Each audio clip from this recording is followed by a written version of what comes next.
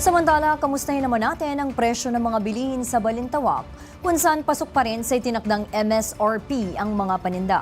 Silipin yan sa Palengke Watch ni Lubini Motas, una sa balita.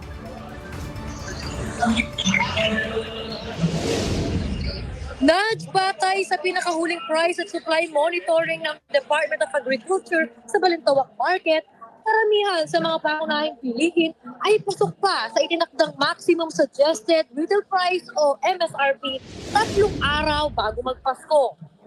Ayon sa DA, ang presyo ng manok ay nasa humigit kumulang 140 kada kilo ng laman.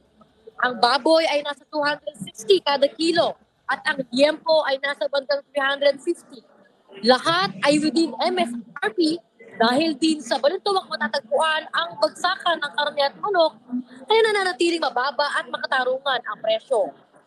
Sa presyo ng sibuyas, karamihan sa mga pwesto ay compliant. Nasa 120 ang white onions at 150 ang imported red onions. May isang pwesto lamang na nabigyan ng notice to explain dahil sa pagdududa sa pinagmulan ng sibuyas na sinasabing lokal sa panahon ng matumal na supply.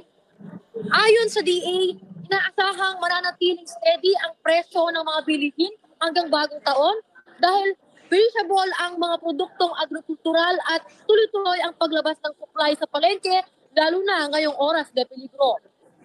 Tinuturing din ng ahensya na epektibo ang pag-i-issue ng notice to explain dahil sa mga sumunod na monitoring ay kita ang pagbaba sa presyo ng ilang produkto.